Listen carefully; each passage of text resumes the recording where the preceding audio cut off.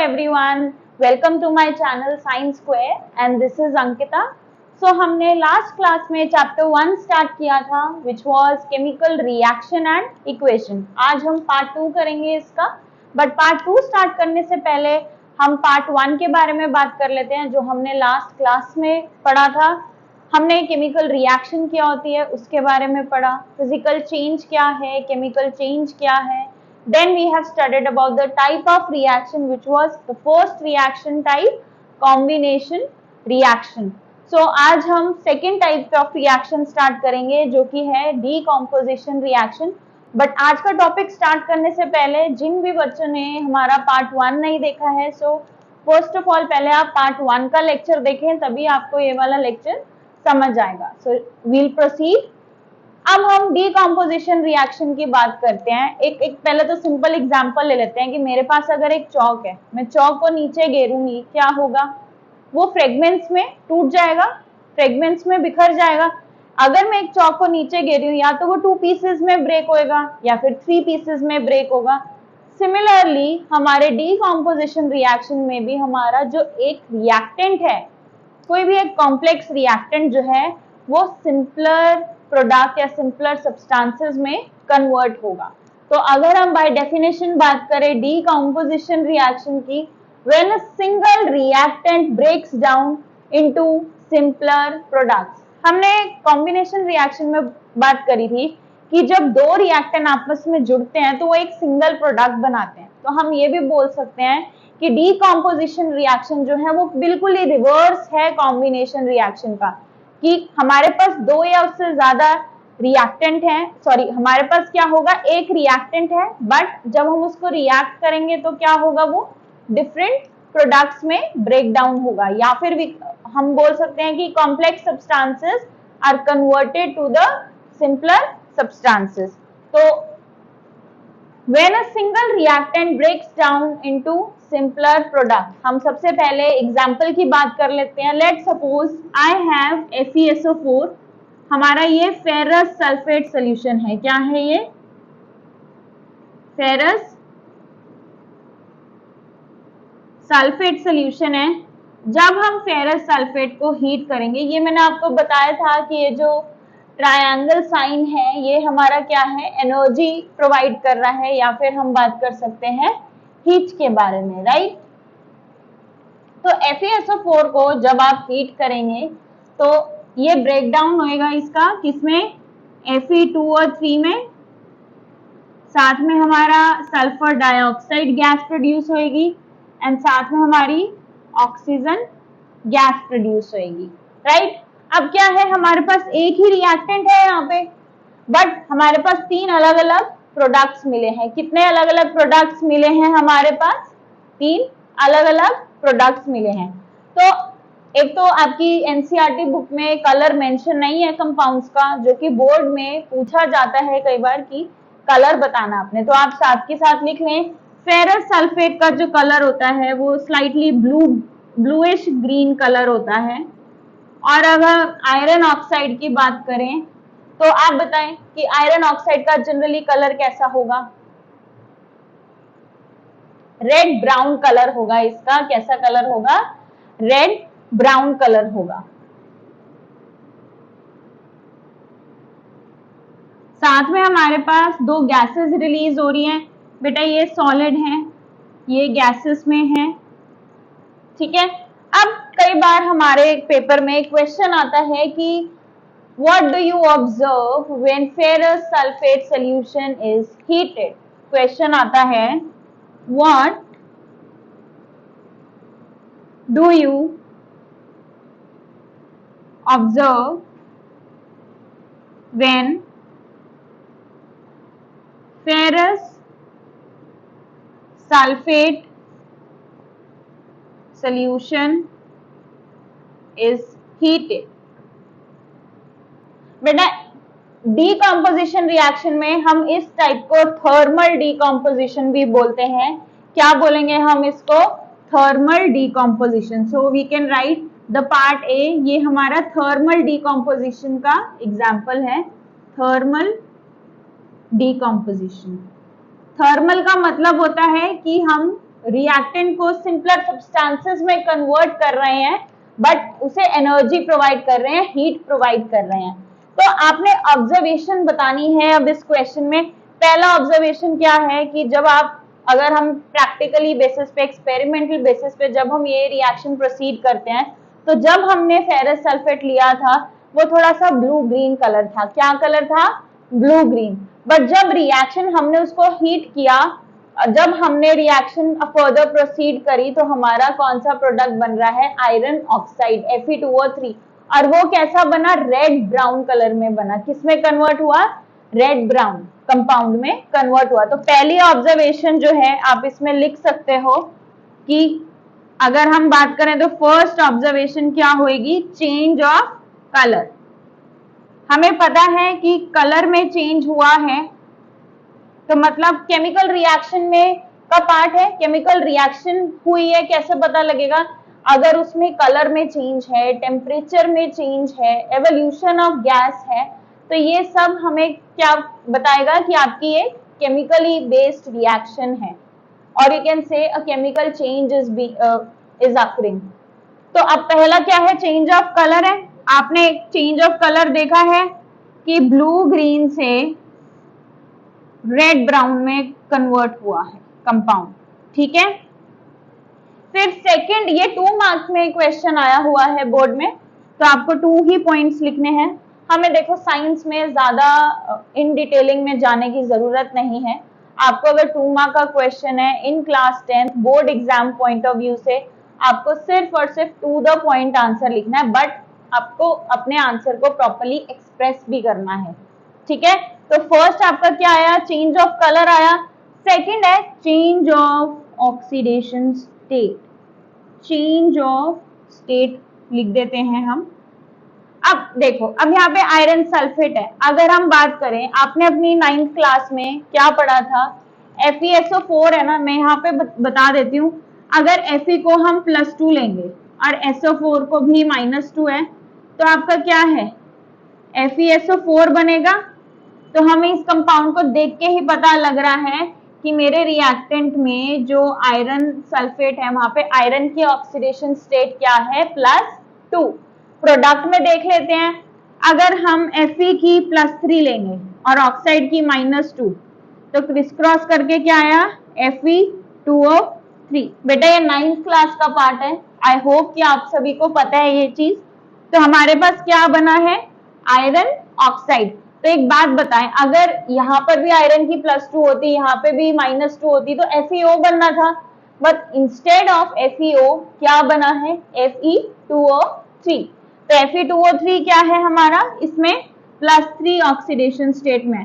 तो आपने second observation में क्या लिखना है कि change of oxidation state is there from +2 state to the +3 state. Third में आप लिख सकते हैं कि evolution of gas is there. SO2 और ऑक्सीजन गैस की एवोल्यूशन है।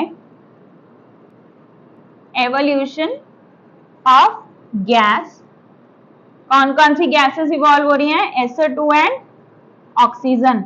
SO2 is our sulfur dioxide and O2 as we all know it is oxygen।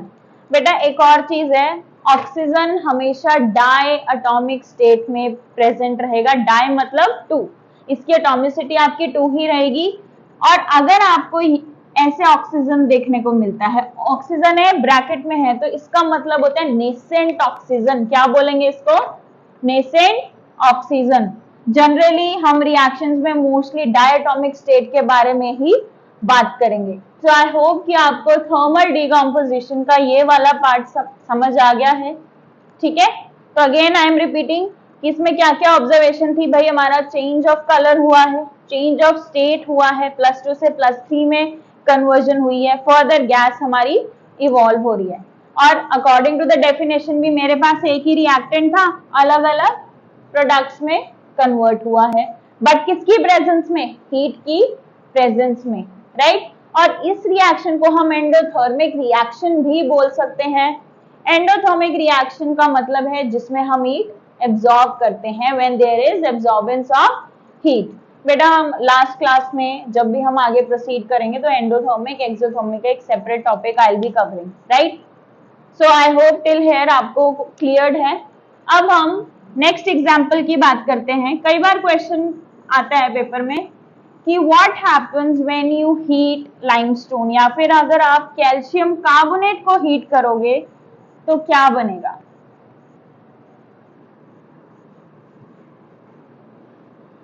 तो यू शुड नो कि अगर हमारे पास लेट से कि मेरे पास क्या है, कैल्शियम कार्बोनेट है। कैल्शियम कार्बोनेट हमारा क्या था, लाइम स्टोन। हमने लाइमस्टोन के बारे में लास्ट क्लास में भी पढ़ा है, ठीक है। तो लाइमस्टोन है, इसको हम कैल्शियम कार्बोनेट भी बोल देते हैं। क्या बोलते हैं, कैल्शियम कार्बोनेट। अब बेटा एक चीज और, कैल्शियम कार्बोनेट कैसे बना है कि देखो, कैल्शियम की +2 ऑक्सीडेशन स्टेट है। कैल्शियम की बेटा कितनी होती है, +2। कार्बोनेट के भी क्या होती है, -2। तो अगर क्रिस क्रॉस करेंगे तभी CaCO3 बनता है, मतलब के कि सेम चार्जेस हैं, तो वो नलिफाई करेगा एक दूसरे के इफेक्ट को। बेटा ये वाला जो टॉपिक है कि आपने केमिकल फॉर्मूला या मॉलिक्यूलर फॉर्मूला कैसे बनाना है, तो ये हमने क्लास 9th में किया हुआ है, राइट। अब क्या है कि मेन क्वेश्चन आ रहा है आपका कि कैल्शियम कार्बोनेट को अगर आप हीट करोगे तो क्या आएगा। Whenever we are heating calcium carbonate, तो बेटा जी ये आपको क्या देगा, क्विक लाइन बनेगा CaO, ठीक है। साथ में कार्बन डाइऑक्साइड गैस रिलीज होगी। क्या रिलीज होगी, और ये जो एरो है ऊपर की तरफ, ये हमें बताएगा कि हमारी गैस इवॉल्व हो रही है। This arrow represents the evolution of the gas. अब हमने लास्ट क्लास में क्विक लाइन से हमने स्लेग लाइन बनाया था, ठीक है।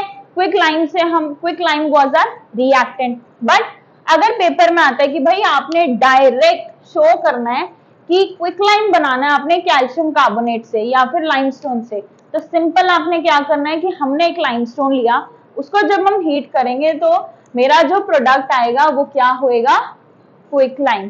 कौन सा प्रोडक्ट होएगा हमारा, क्विक लाइन प्रोडक्ट होगा, और साथ में कौन सी गैस इवॉल्व होगी, CO2 गैस इवॉल्व होगी। इसको हम कैल्शियम ऑक्साइड भी बोलते हैं, कैल्शियम ऑक्साइड,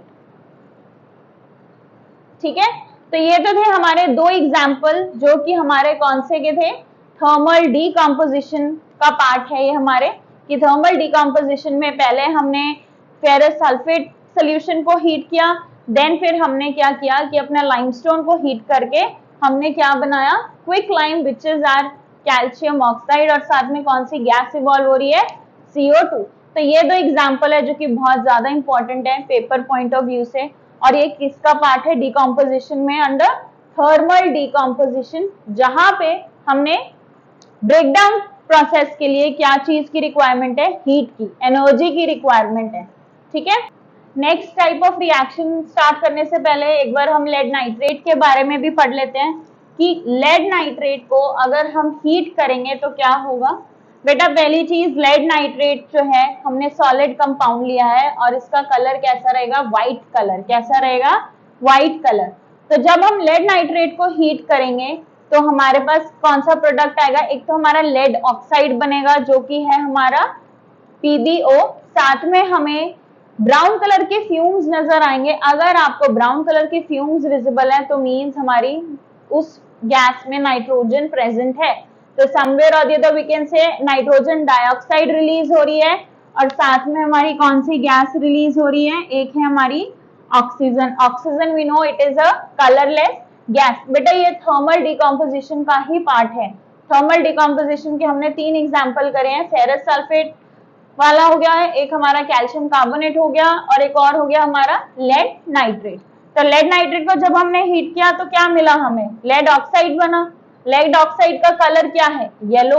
देन हमें ब्राउन कलर के फ्यूम्स नजर आ रहे हैं, कौन से होंगे हमारे, नाइट्रोजन डाइऑक्साइड, और एक है हमारा ऑक्सीजन। तो आई होप ये आपको पता लग गया। एंड कलर सबसे ज्यादा इंपॉर्टेंट है, कई बार पेपर में आ जाता है कि आपने इस कंपाउंड का कलर बताना है, या फिर इवन सेम क्वेश्चन आ सकता है, what happens when you heat lead nitrate compound. तो जब हम लेड नाइट्रेट कंपाउंड को हीट करते हैं, which lead nitrate is white in color, so it leads to the formation of a yellow product which is our lead oxide, Then brown fumes we can observe, which is of nitrogen dioxide, and a colorless gas is being evolved here, which is our oxygen. ठीक है, तो अब हम second type के बारे में बात करेंगे. सेकेंड सब टाइप है ये डीकॉम्पोजिशन रिएक्शन की.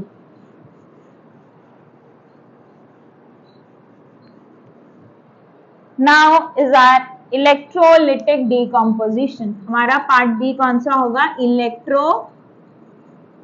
Electrolytic decomposition.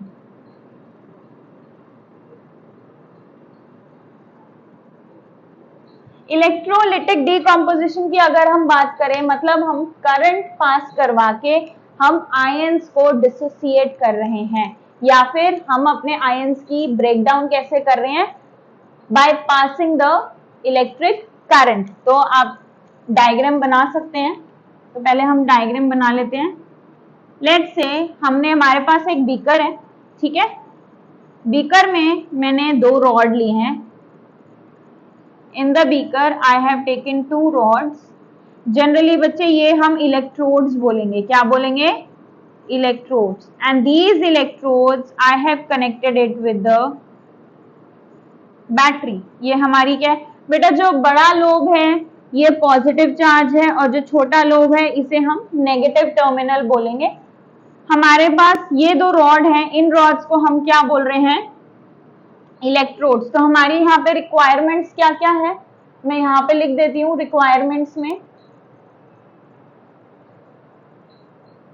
रिक्वायरमेंट्स में हमारी 2 इलेक्ट्रोड्स हैं हमारे पास, और इन इलेक्ट्रोड्स को हमने क्या बोला है? Anode and cathode. बेटा एक तो अगर हम आयनिक फॉर्म के बारे में बात करें तो हमने कटायन और अनायन के बारे में पढ़ा हुआ है. कटायंस क्या होती हैं? जिन पे प्लस चार्ज है, पॉजिटिवली चार्ज आयंस. और अनायन क्या होगा? जिन पे नेगेटिव चार्ज है. बट जब हम इलेक्ट्रोड्स के बारे में बात करेंगे तो इलेक्ट्रोड्स में क्या होगा? एक एनोड होगा और एक होगा कैथोड. एनोड हमारा यहाँ पे अब उल्टा होगा. अनायन हमारा नेगेटिव चार्ज था, but in case of the electrode, anode के केस में हमारा ये कौन सा चार्ज होगा? Positive charge. अब कैथोड हमारा कौन सा होगा यहाँ पे? Negatively charge. तो ये वाली जो रॉड है, anode is always connected with the positive terminal. तो आप लिख सकते हैं ये हमारा क्या है? एनोड है, और ये हमारा क्या है बेटा? कैथोड. कैथोड हमारा पॉजिटिव रॉड है, एनोड हमारा कौन सा रॉड है? नेगेटिव. अब मैंने क्या किया? इन इलेक्ट्रोड के ऊपर मैंने पहले तो इसके अंदर क्या किया? मैंने H2O डाल दिया. क्या डाल दिया? H2O, which is are water. अब हमने इसमें H2O डाला है, और उसके ऊपर मैंने क्या किया? एक टेस्ट ट्यूब ली, और टेस्ट ट्यूब मैंने इस पे ऐसे इन्वर्ट करके रख दिए. ठीक है, टेस्ट ट्यूब मैंने क्या करा? फॉर एग्जाम्पल ऐसे सीधी टेस्ट ट्यूब है तो मैंने अपने, और ये इलेक्ट्रोड्स हैं तो मैंने उसको उल्टा करके रख दिया, इन्वर्टेड पोजीशन में. राइट. तो अब हमने हमारा ये पूरा सेटअप तैयार है. एक रिएक्शन आप प्लीज नोट कर लें कि जब हम इलेक्ट्रिक या फिर हम इसको एक और टर्म दे सकते हैं इलेक्ट्रोलिसिस. तो वाटर की अगर हम इलेक्ट्रोलिसिस करें, इलेक्ट्रोलिटिक डीकॉम्पोजिशन हम क्या बोलेंगे? The complex substances are break down into simpler substances with the help of the electric current. तो यहाँ पे आप इलेक्ट्रोलिसिस भी लिख सकते हो. इलेक्ट्रोलिसिस में हमारे आयंस डिसोसिएट हो जाते हैं, तो वो H2 और O2 बनेगा. क्या बनेगा?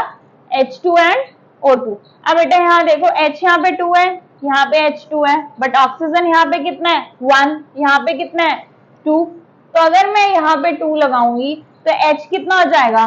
2 2 4. बट यहाँ पे तो H2 है, ऑक्सीजन चलो बैलेंस हो गया. तो यहाँ पे भी हम क्या लगाएंगे? 2, जिससे हमारी ये इक्वेशन क्या रहेगी? बैलेंस्ड रहेगी.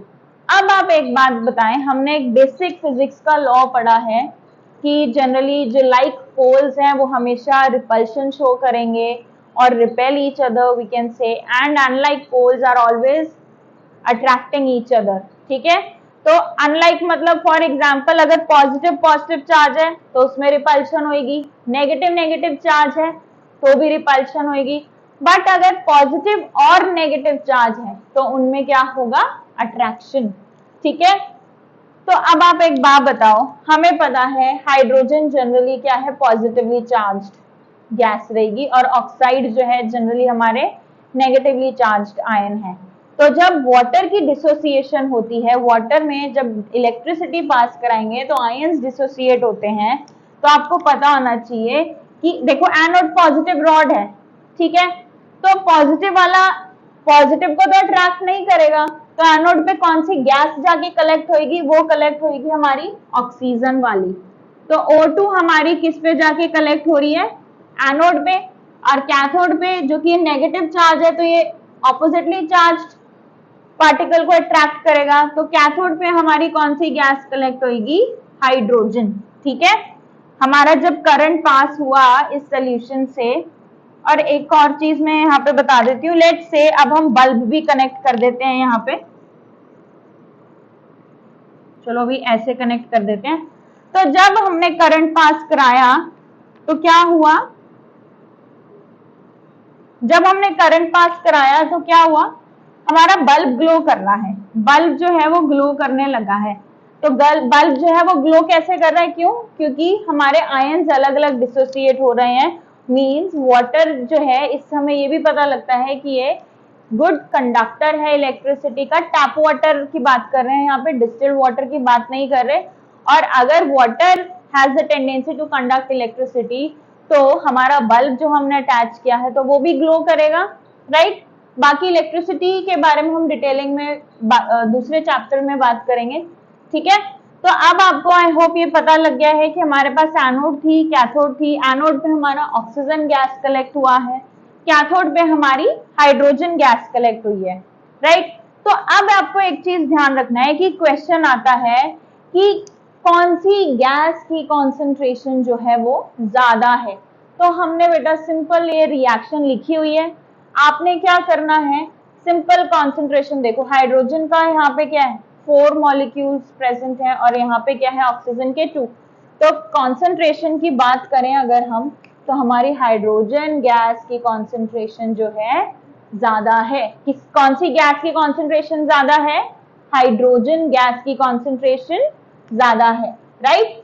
So this was all about the electrolytic decomposition. आपकी एनसीईआरटी में ये एक्टिविटी भी गिवन है which is exactly the same. Now एक और एग्जांपल मैं इलेक्ट्रोलिटिक डीकॉम्पोजिशन का दे देती हूँ। अब इंस्टेड ऑफ वाटर मैंने क्या किया, NaCl सोल्यूशन ले लिया। क्या ले लिया, NaCl, एक्वस NaCl का सोल्यूशन लिया है।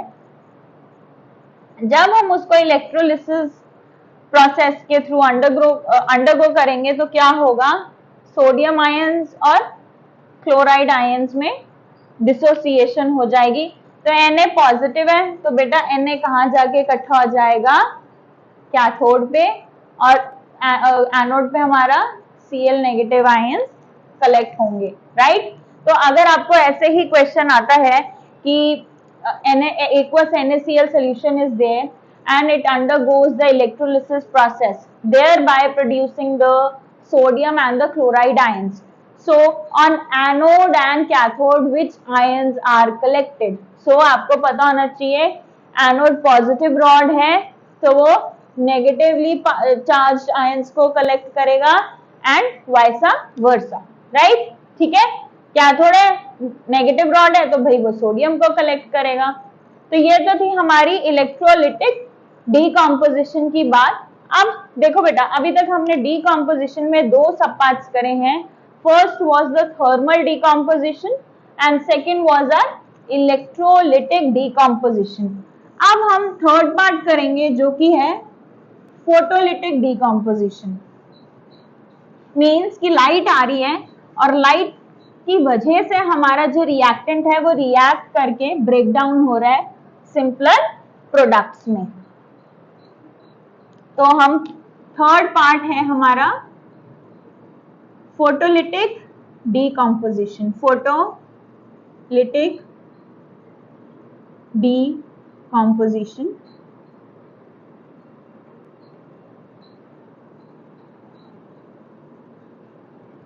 फोटोलिटिक डिकम्पोजिशन में अगर हम बात करें कि एग्जाम्पल ले लेते हैं हम, बेटा देखो इसकी डेफिनेशन सेम रहेगी, सिर्फ आपने वर्ड डिस्प्लेस करना है। जहां पे इलेक्ट्रिसिटी पास कर रहे हैं तो वहां पे इलेक्ट्रिक करंट लिखना है, डिकम्पोज हो रहा है इलेक्ट्रिक करंट की वजह से। जहां पे लाइट आ रही है तो फोटोलिटिक डिकम्पोजिशन के बारे में वहां पे बात करेंगे, एंड हीट प्रोवाइड कर रहे हैं तो उसको हम थर्मल डिकम्पोजिशन बोलेंगे। तो यू कैन से, इवन मैं आपको एक बार बता देती हूँ, when a single reactant breaks down into simpler product through the photolytic process और due to the presence of light. ठीक है, तो हमारा इसमें क्या हो रहा है कि ब्रेक डाउन हो रही है हमारे, कोई भी अगर ए रिएक्टेंट है या A B is a reactant तो वो ए और बी में हमारा क्या होगा, ब्रेक डाउन हो जाएगा। तो let's take an example of AgCl। बेटा AgCl यहाँ पे कौन सा कलर होगा, ये व्हाइट कलर का AgCl पाउडर है या सोल्यूशन ले लो। ठीक है, उसको हमने क्या किया, लाइट के प्रेजेंस में हमने रिएक्ट कराया, या हमने क्या रिएक्ट कराया, भाई लाइट आ रही है। ठीक है, तो AgCl जो है वो कन्वर्ट हो जाता है सिल्वर में और Cl2 में, राइट। ठीक है, ये बैलेंस कर दिया मैंने। अब क्या होगा, आपकी बुक में ऐसे ही सेम एक्टिविटी गिवन है कि उन्होंने क्या करा हुआ है कि भाई एक विंडो बनाई हुई है, विंडो से हमारा यहाँ पे सूरज है। ठीक है, यहाँ से क्या आ रही है, इसकी रोशनी आ रही है, और यहाँ पे मैंने क्या रखा, ये है चाइना डिश, और इसमें मैंने AgCl रखा हुआ है, राइट। क्या है ये, AgCl। तो AgCl has the tendency to react in the presence of light and it converts itself to the grayish compound। तो जो सिल्वर यहाँ पे प्रोड्यूस हो रहा है उसका कलर कैसा है, ग्रे कलर में। एंड बेटा क्वेश्चन भी आता है ये कि why silver chloride solutions are immersed or kept in dark colored bottles। Very important question, why silver chloride solutions are kept in dark colored bottles। तो भाई हम सिल्वर क्लोराइड सोल्यूशन को डार्क कलर के बोतल में क्यों रखते हैं, क्योंकि अगर देखो, अगर हमने घर पे डार्क कलर के पर्दे लगाए हैं तो लाइट नहीं आएगी। ठीक है, ब्लैक कलर के कर्टन लेट से किसी को पसंद है तो रूम में भाई ब्लैक कलर के कर्टन लगाए हुए हैं, तो क्या होगा, जो सन रेज है वो एब्जॉर्ब हो जाएगा। ठीक है, पास नहीं होने देगा। तो वैसे ही डार्क कलर की बॉटल में लाइट एंटर नहीं करेगी तो हमारा जो सोल्यूशन है वो प्रिजर्व्ड रहेगा, खराब नहीं होगा। बट जैसे ही अगर हम उसको लाइट कलर के बोतल में रख देंगे तो वो रिएक्ट कर जाएगा इजीली और वो ग्रे कलर का कंपाउंड बना लेगा, ग्रे कलर के सिल्वर में कन्वर्ट हो जाएगा। साथ में भाई Cl2 रिलीज होने लग जाएगी, हमारी कौन सी गैस रिलीज होगी, क्लोरीन गैस रिलीज होगी।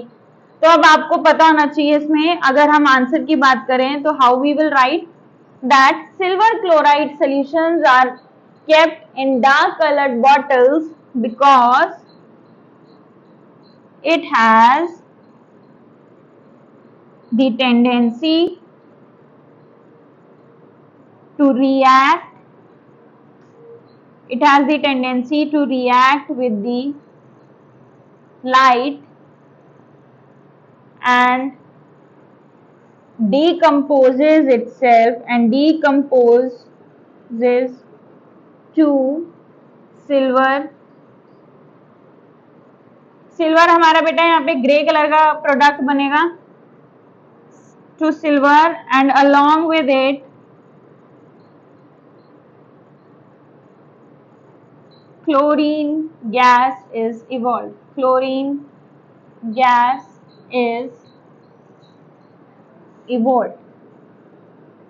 बेटा ये क्वेश्चन 2 मार्क में आता है तो यू शुड नो दिस। तो ये तो था हमारा क्या, कौन सा एग्जाम्पल था हमारा, सिल्वर क्लोराइड का। कि भाई जब हम सिल्वर क्लोराइड को जो है अगर लाइट के प्रेजेंस में उसको रख दें तो लाइट के प्रेजेंस में it has the tendency to react और वो सिल्वर बन जाएगा और हमारा क्लोरीन गैस इवॉल्व होगी। मैंने क्वेश्चन आपको लिख दिया है along with its answer is there, right. अब हम एक और एग्जांपल है, सिमिलर है, ठीक है। अब इंस्टेड ऑफ सिल्वर क्लोराइड अब हम लेंगे यहाँ पे सिल्वर ब्रोमाइड ले लेते हैं AgBr, राइट। यहाँ पे अब हम AgBr ले लेते हैं। तो सिमिलरली बेटा AgBr भी ऐसे ही रिएक्शन शो करेगा लाइट की प्रेजेंस में। इवन हम लाइट की बजाय इंस्टेड ऑफ लाइट वर्ड यहाँ पे फोटोलिसिस भी लिखा हो सकता है, तो कंफ्यूज नहीं होना। Photolysis, light, photolytic, one and the same thing, ठीक है। तो again this reaction will be there. अब इनका यूज पूछा जाता है कि इनको हम यूज कहाँ करते हैं। हमने दो रिएक्शन करी है फोटोलिटिक रिएक्शन की, तो कई बार इस पे क्वेश्चन आता है कि भाई ये जो है कहाँ पे आप यूज करेंगे। तो इसके यूजेस के बारे में बात करें तो both of the silver chloride, silver bromide कहाँ पे यूज होगा? It is used in black and white photography. कहाँ पे यूज होगा? ब्लैक एंड व्हाइट फोटोग्राफी के लिए यूज होगा ये, ब्लैक एंड व्हाइट फोटोग्राफी। सो बेटा हमने आज डीकॉम्पोजिशन रिएक्शन में हमने 3 पार्ट्स करे हैं। First was thermal decomposition reaction, second was electrolytic decomposition and third one was the photolytic decomposition. So हमने अभी तक 2 टाइप ऑफ रिएक्शन करे हैं। One was our chemical combination reaction, another one was the decomposition reaction, right.